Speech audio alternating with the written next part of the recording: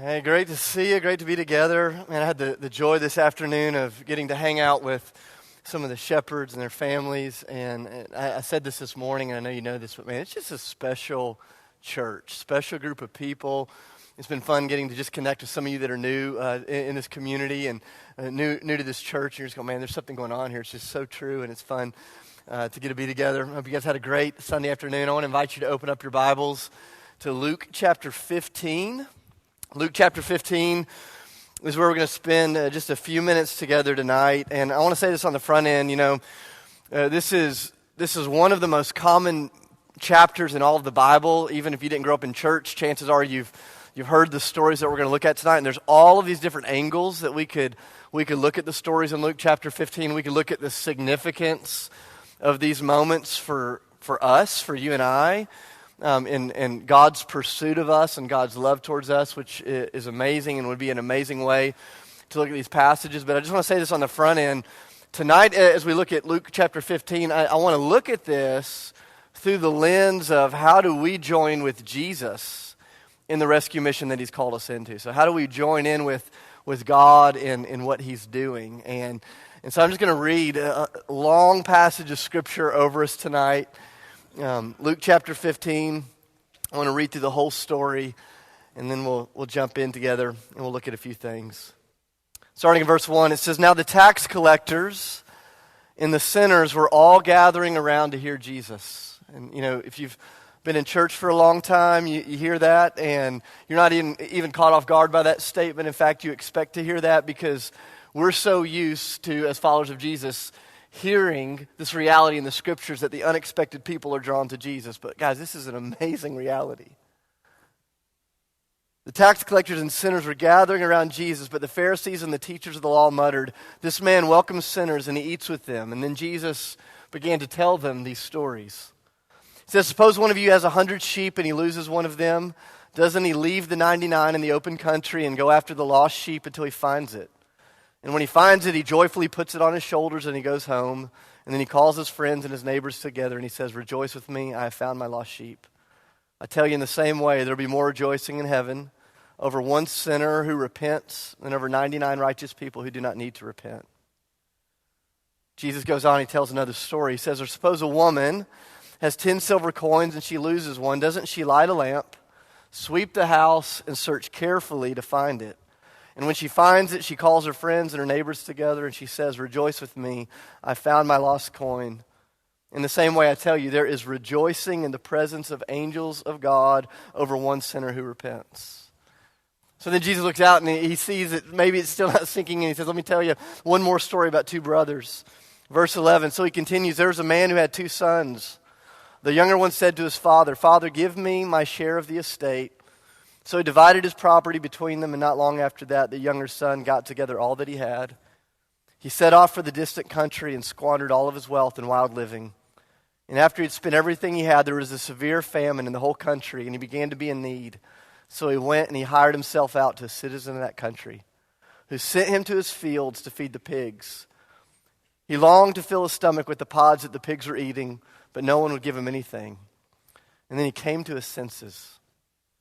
And he said, 'How many of my father's hired servants have food to spare, and here I am starving to death? I will set out, I will go back to my father, and I will say to him, Father, I have sinned against heaven and against you. I am no longer worthy to be called your son, so make me like one of your hired servants.' So he got up and he went to his father, but while he was still a long way off, his father saw him.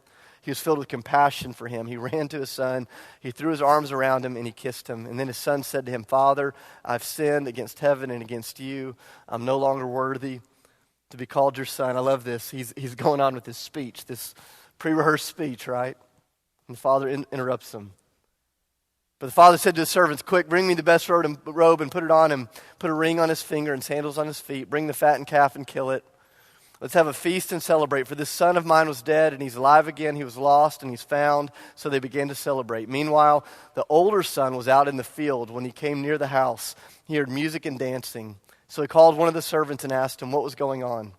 "Your brother has come home," he replied, "and your father has killed the fattened calf because he's back safe and sound." But the older brother became angry and he refused to go in. So the father went out and he pleaded with him. But he answered his father, look, all these years I've been slaving for you, and I've never disobeyed your orders. Yet you never gave me even a young goat so I could celebrate with my friends. But when this son of yours, who squandered all of your property with prostitutes, comes home, you killed the fattened calf for him. My son, the father said, you always have been with me, and everything I have is yours. But we had to celebrate and be glad because this brother of yours was dead and is alive again. He was lost and he's found. Father, would you just take your word and would you breathe it into our hearts? And would you show us how to live it out in the context of our lives? In the name of Jesus, I pray. Amen. About 5 or 6 years ago, I felt compelled for a variety of reasons to get rid of my iPhone and get a flip phone. Do any of you remember these?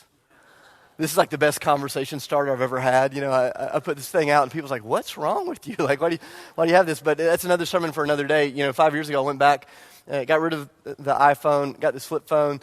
And there's been a lot of blessings in having kind of a more simple way of communicating. There's also been a lot of challenges. And inevitably when people see my flip phone, the first thing they tend to ask is, what is the thing you miss the most? And it is so easy to answer that question. Without a doubt, the thing that I miss the most is GPS.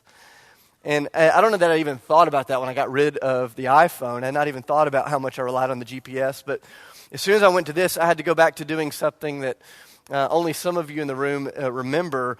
This little thing called MapQuest. Do any of you remember MapQuest? And it's still not any good, so now I use Google Maps. But, you know, I use Google Maps, and then I print off the directions to wherever I'm going. And it's been crazy how reacquainted I've become with getting lost. You know, for like 10 years, I never got lost because everywhere I went, there was this voice that was just telling me, turn left, turn right, you know. But all of a sudden, I get this phone, and I have to print off directions. And so about 5 years ago, right after I had switched to this phone, I was speaking in northern Alabama at a church, and I knew I was going to be cutting it close to get there, but I'd printed off my directions. I was using the odometer. I was checking my mileage. And then I got to this moment where there was construction, and they sent me on a detour. And I'm like, oh, no. This is not good. And they sent me on this detour, and I'm trying to find my way back, and I get just severely lost. And so I pulled over at this gas station, something that I had also not done in about 10 years. Do you remember when you used to have to walk into a gas station, and you could ask whoever was behind the counter directions, and they could tell you? That like was part of the job description. And as men, we're trained to resist that, but, you know, last-ditch effort, you go in and ask. And so I went into this gas station, and I said, hey, here's the road I'm looking for. I'm late to this place that I'm going. Can you tell me how to get there? And he looks at me and he said, just put it in your GPS. And I pull out my phone and I hold it up, and he looks at me, and I'll never forget this. He looks and he just kind of chuckles. He goes, that kind of seems like that's your fault.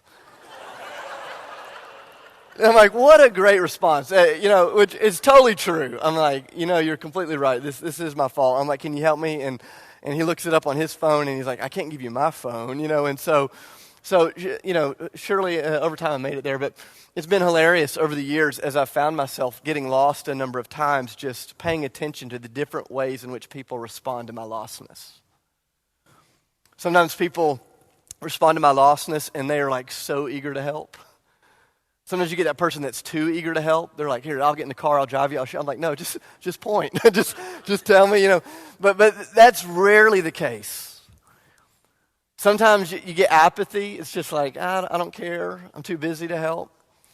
Sometimes you get a little bit of antagonism, like I got that day in northern Alabama. I'm sure that wouldn't have happened in Tennessee. In Tennessee, they would have helped me. But sometimes you get a little bit of antagonism. Sometimes you even get a little bit of anger. There's times I've been lost, and I get where I'm finally supposed to be, and I'm late, and it's like, when are you going to get over this stupid phone experiment and just get a phone that will get you there on time? And what I've discovered over the years is there's just a lot of different responses to lostness. And this isn't true just in the physical sense. This is so true in the spiritual sense. And bless you. I don't know who that was, but that was like good. In the spiritual sense, man, it's so true. It's so true. Like when people get lost, there are a variety of responses from the people of God towards lostness. There are people that are eager to like jump in and go, man, let's go looking.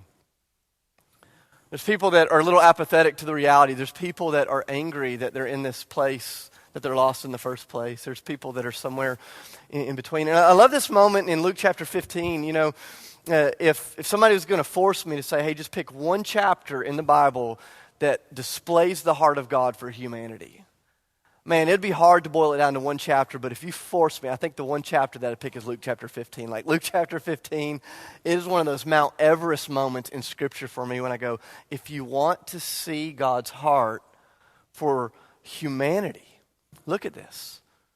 And it's so brilliant. Look back at verse 1 with me. I love this. It says, now the tax collectors and the sinners were gathered around to hear Jesus. But the Pharisees and the teachers of the law muttered, this man welcomes sinners and he eats with them. So Jesus looked at them and he begins to tell them this parable. You know, every night I go into my boys' room, all three of them share a room, and I tell them stories to put them to sleep. That's kind of the goal. I'm trying to wind them down. I tell them stories to put them to sleep. Jesus does the exact opposite. He tells stories to wake up the culture when it's asleep. And he looks out at this religious culture that had fallen asleep on the job. They'd fallen asleep on the thing that God had made them for. The very ones in the audience that should have been delighted that the sinners and the tax collectors were there, they were muttering, they were frustrated, they were cynical, they were jaded. Jesus looks out at them and says, let me tell you some stories to wake you up. And he says, here's some stories to help you understand all the ways in which human beings find themselves getting lost. And there's so many beautiful things that we could unpack here in Luke chapter 15, but I just want to look at it from the angle of how we as human beings go about getting lost in the first place and how God responds. And he tells these four really famous stories. And I wish I wasn't standing on a stage with a light on me and you out in the crowd. I wish we were at a coffee table and we were just talking to each other, because Luke 15 is so practical. And if we would put this into practice, I'm telling you, if you would do what we're going to talk about this week, there would be a ripple effect in the kingdom of heaven. Now, if we just hear it, it'll encourage us, it'll stir us up. But if you'll practice this. And so if we were sitting down at a coffee table, here's what I'd do. I'd slide you a piece of paper across the table. I'd give you a pen, and I'd say, divide this piece of paper into 4 quadrants. And in the top left quadrant, here's what I want you to write. Those who wander. Jesus said there's all kinds of ways that we get lost. He says sometimes we get lost like sheep. We just wander off. And he tells this story about a sheep that kind of drifts off. And I love the story in Luke chapter 15. You know, this sheep's not rebellious. You know, this sheep is not out sowing its wild oats. You know, the sheep doesn't wake up and go, man, I want to stick it to my father. You know, like the sheep just gets lost because it gets distracted. Its head's down. It's eating grass over here. It sees a butterfly, chases it, sees grass over there. It's like, it didn't mean to get lost, but it woke up at some point, looked around, and the flock was nowhere to be found. And Jesus says this is the way that some people get lost. They were walking with Jesus. They were walking in community. They were walking in the things of God, and over time their head was down. They were paying attention to the job. They were raising kids. They were doing what they were doing. COVID hit, and all of a sudden they wake up and they go, man, it's been 12 months and I haven't been in community at all. So with a friend of mine in my neighborhood who's been a part of our church for years. But I haven't seen him in church in a long time. And I went for a walk with him the other day, and I said, hey, just tell me what's going on. Are you struggling in your faith? He goes, no. He goes, I'm not even sure how I got where I'm at. He said, I was doing this, and I was doing this, and I was doing this, and then COVID hit, and things shut down, and I was at home, and his head was down, just a sheep that wandered away. And Jesus said, this is the way that you get lost at times. You just wonder. Remember when I was 12 years old, our family was in Disney World. And I'm the oldest of 3 kids. My sister's 8. Was 8 at the time, and my brother was 5. And for the most part, our whole family would stay together, but I kept begging my parents. I'm like, can me and Sarah just go ride a ride on our own? I wanted to feel big. And my parents were like, yeah, and they just read me the rights. Like, okay, watch out for your sister, watch out for your sister. And so we're going through the crowds in Disney World, and we rode a ride together. And on the way back to where we were supposed to go, I'm pushing through the crowd, and then I look up to grab my sister's hand, and she's gone. And she was gone for an hour and a half. Now, I don't know how mad your mom has ever gotten at you before.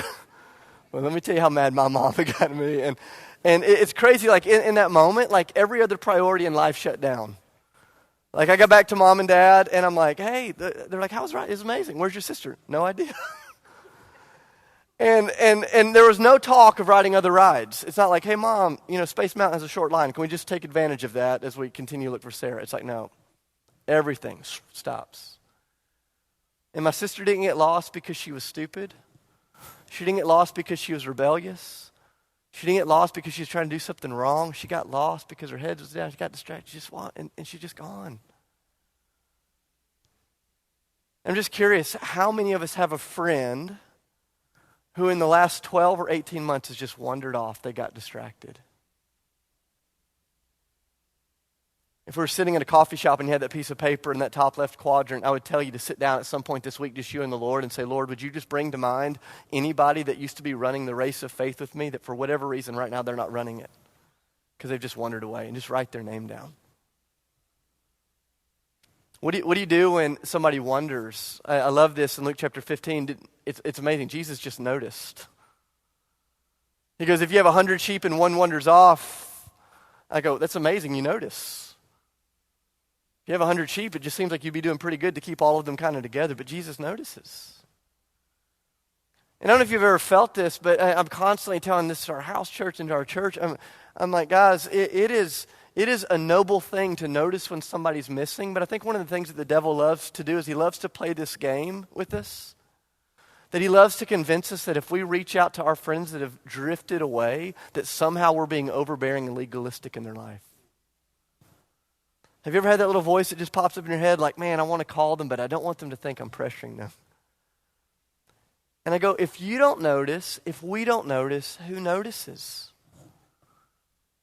And so what do you do with those that wander? You notice.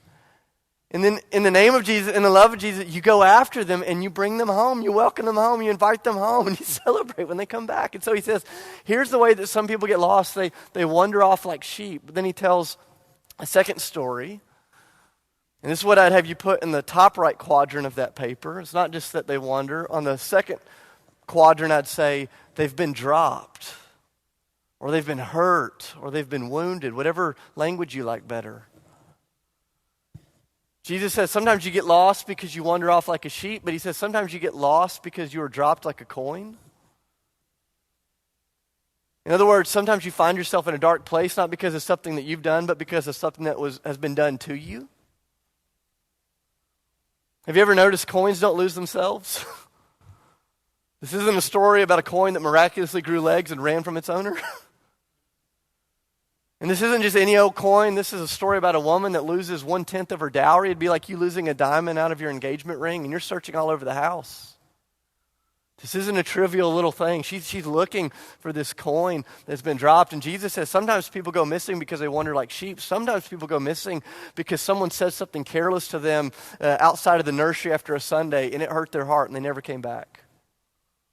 Sometimes people go missing because somebody with good intentions did something that really wounded their heart. Sometimes somebody goes missing because someone abused them or hurt them or spoke ill of them or did things. And the truth is, sometimes something happens that causes us to find our home in the darkness.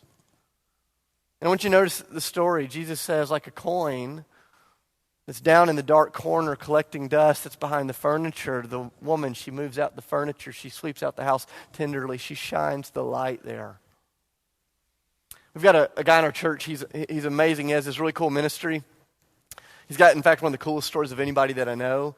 In 1984, he's an Olympic gold medalist. That's a really cool, fun fact. You know, at every party he goes to, it's like, you play that game, Two Truths and a Lie, and he always gets to throw that in there, that he's a gold medalist in swimming. And really cool story. He was a really successful real estate developer for about 25 years. But after a long time in the real estate world, God just began stirring his heart for the lost. And so he started this ministry in our city, which is unbelievable, where once every few months he'll host a big event where he'll rent out a restaurant. And he'll buy a bunch of food and drinks for business guys. They can come and eat for free, drink for free. And he'll host a conversation that's relevant to business leaders. And so, last year, one of the forums that he hosted was, how do you deal with racial inequality in the workplace? Another forum that he hosted was, how do you deal with sexuality in the workplace in the midst of the Me Too moment? And so what he'll do is he'll host these conversations that are really relevant to culture. Christian and non-Christian business leaders will show up. And for an hour, he says, anybody can get up on the open mic, say whatever you want as long as you're respectful, which is really daring. And he says, and then I'm going to take the last 10 minutes and I'm going to give you Jesus' perspective on what we've been talking about. He says, I'll buy dinner, and you can say whatever you say if you'll listen to me for 10 minutes at the end. And so he gets up at the end, and he'll share Jesus' perspective, and he says, anybody that wants to get together and have a conversation about faith or get in a discipleship group or get in a study, you can do that. So right now he has about 300 men that are in discipleship groups in business complexes all across the city, and he's walked with hundreds and hundreds of men towards faith all across the spiritual spectrum. His name's Dave, and I said, Dave, what is the greatest barrier that you see to faith in our city currently? He says, well, on the surface, everyone will say it's an intellectual barrier. They'll say that they have issues of the authenticity of the Bible. They'll say that they have issues with miracles today, or how can this be true? He says, but the truth is, he says, most people use intellectual barriers to cover up the wounds of their heart that have been inflicted by Christians and churches. He said the greatest barrier is that so many people are like the coin that have been dropped in the corner. They got hurt somewhere along the way, and they've built a wall of defense around them with intellectual excuses because it's easier to talk about your hard questions than it is to share about the pain of your heart. And so what do you do when a sheep has wandered off and is missing? You go looking and you bring it home. What do you do when a coin has been dropped? You engage the darkness. You engage the pain, you engage the wound, you engage the sin, you engage the heartache. You go all the way into the dark and you draw near relationally and you sit there in all of the discomfort and you let God sort it out.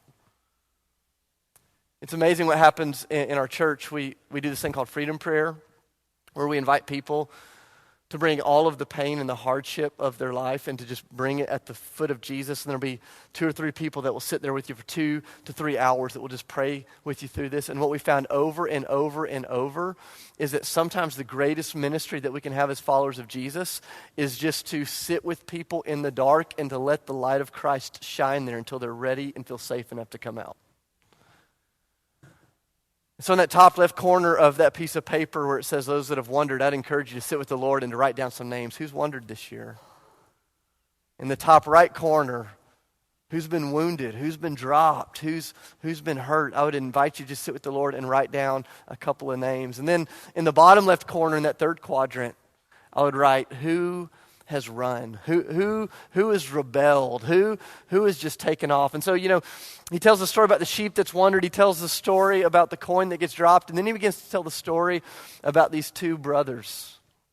And this is maybe the most famous part of the story, right? You could all stand up here and you could tell this part of the story. The younger son, he comes to his father and he demands, like self-righteously, like, hey, Dad, will you go ahead and give me my inheritance? I wish you were dead so I could have the money and enjoy it now. And then he takes the money and he runs off to the distant country and he squanders it.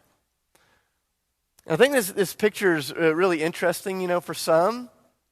This is the way that they get lost. It's not that they accidentally wandered. It's not that they got dropped. There's some that just make the decision that they're going to run as far and as fast as they can.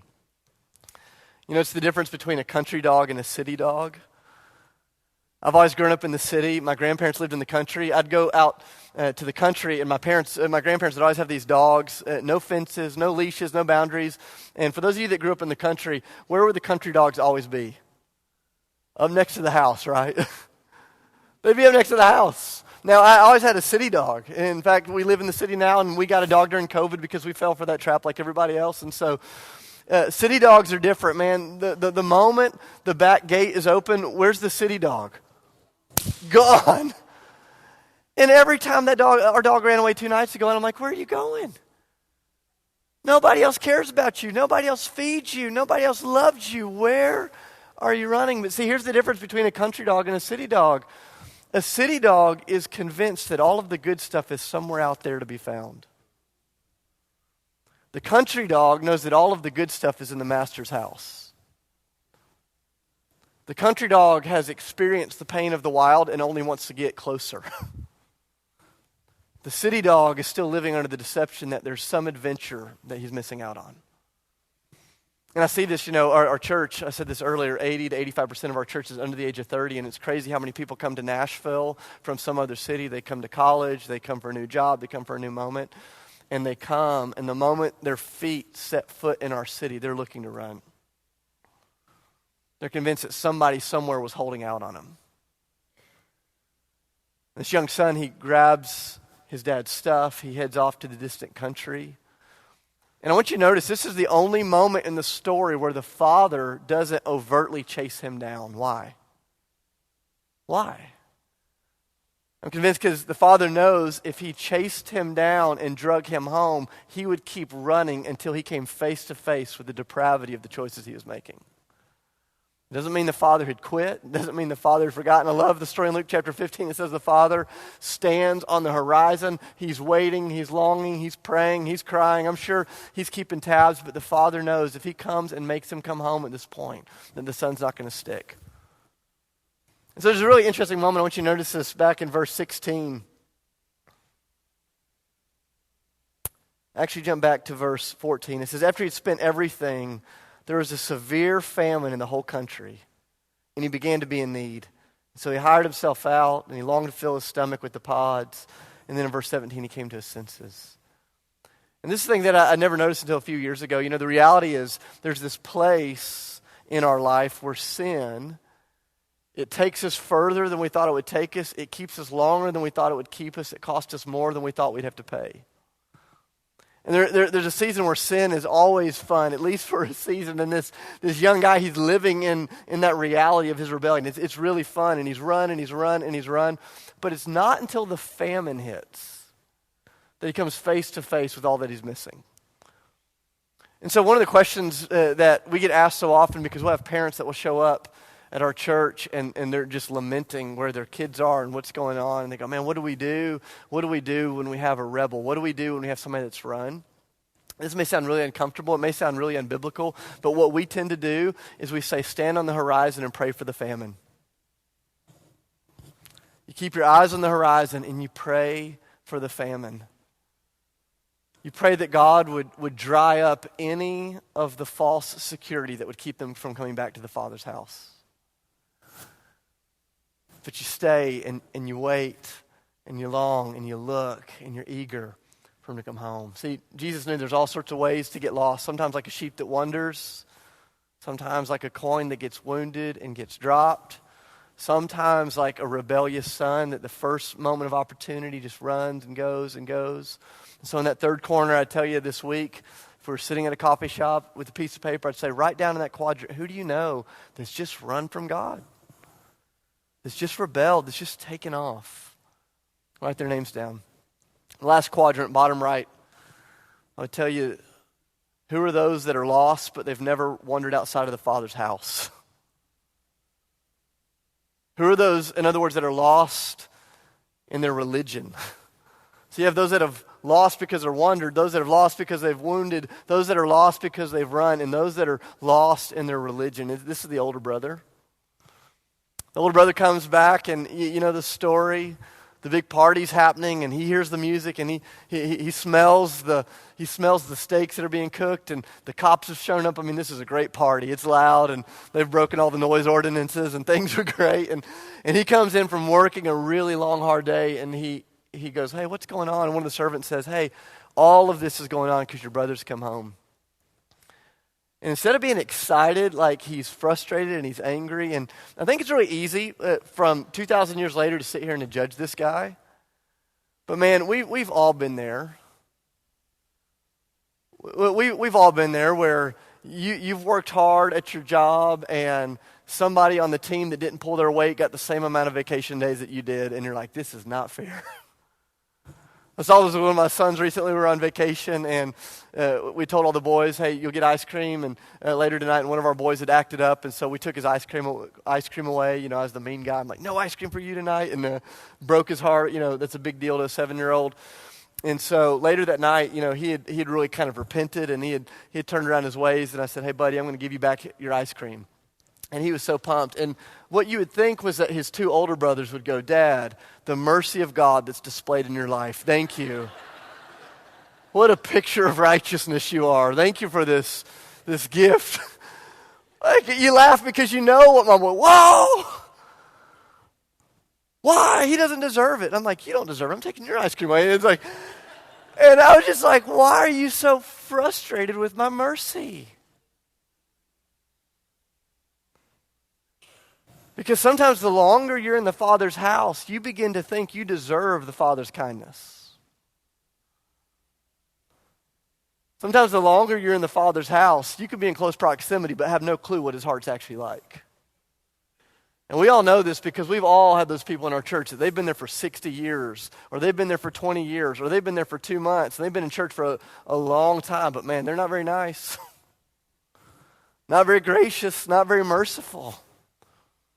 And Jesus is going to say, sometimes you get lost because you wander like a sheep, you get distracted. Sometimes you get lost because you're like a coin that's wounded and you're dropped. Sometimes you get lost because you've rebelled. And sometimes you get lost because in the midst of serving the Father, over time, you began to believe that you've earned everything that's come your way.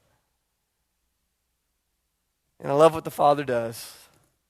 He goes out and he sits and he pleads, come into the party. And Jesus, who is just like the master storyteller, which I know is like the understatement of the century. Of course he's the master storyteller. He leaves it with the cliffhanger.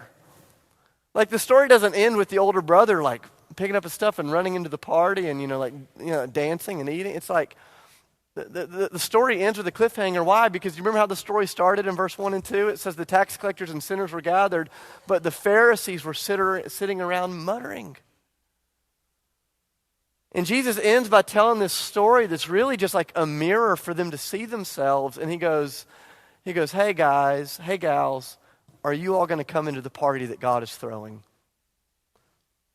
Or are you going to sit outside and are you going to gripe about his mercy?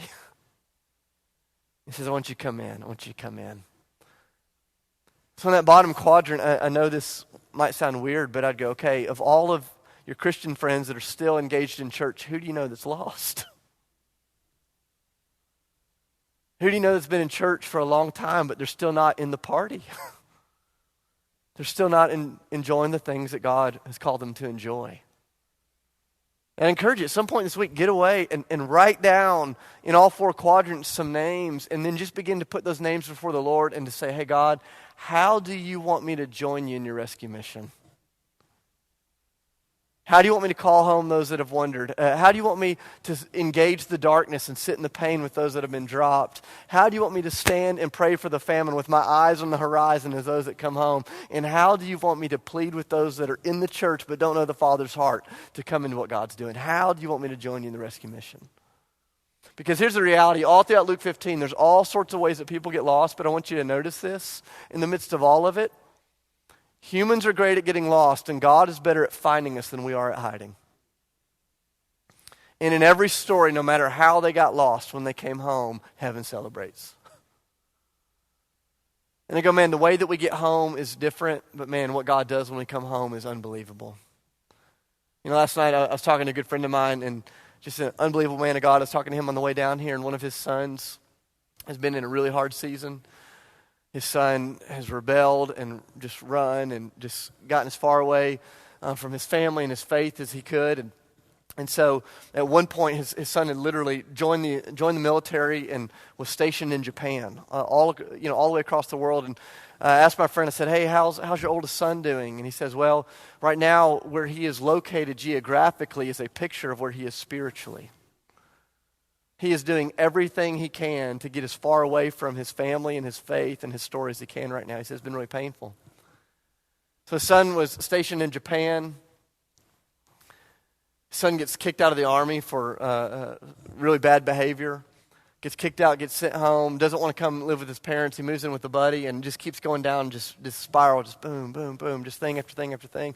And so one night, my friend is at home in Nashville, and he gets this phone call about 3 o'clock in the morning from a number that he doesn't recognize, but it's 3 o'clock in the morning. So he gets up and he answers the phone, and it's the voice of some guy that he never heard. He said, hey, sir, you don't know me. He said, but I've been rooming with your son. And he said, something bad has happened. He said, tonight we're at a party. And we'd been drinking, and we had been taking some different substances, and your son went outside and ran his mouth to some guys that he should not have run his mouth to. And he says these guys have beaten him within an inch of his life. And he's laying on my couch, and I don't know what to do. My friend just said, just text me your address, and I'll be there as fast as I can. Texted him the address. 3.5 hours away, 3 o'clock in the morning, friend doesn't care, gets in the car. He said he made it in about 2.5 hours. He was driving, he said he walked into this house and his son was laying on the couch, his face was bloodied. swollen, almost unrecognizable, hadn't seen his son in months. I said, "What'd you do?" And he said, "I went in the house." He said, "I knelt down beside my son on the couch. I put my forehead on his forehead. I started weeping all over his face. And I said, 'Come home. I don't care what you've done. Come home. Come home.'" It's Luke 15. Our heads on their head. Tears of the Father dripping out of our eyes. And as a church, we just say, "You don't care what you've done. Come home." It's a story maybe you saw on the news this year. It's one of the most stunning pictures I've seen of Luke 15. A guy named Guao Gongtong. Have any of you heard this story of Guao Gongtong? 24 years ago, he and his wife, they live in China. 24 years ago, they just had one son, 2 years old, and in the middle of the day, his wife had gone inside to do something. Their 2-year-old was playing by the front gate of their house.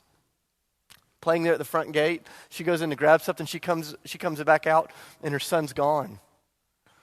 Somebody had walked by the street, saw this little boy playing by the gate, picked him up over the side of the gate, trafficked him, sold him to another family.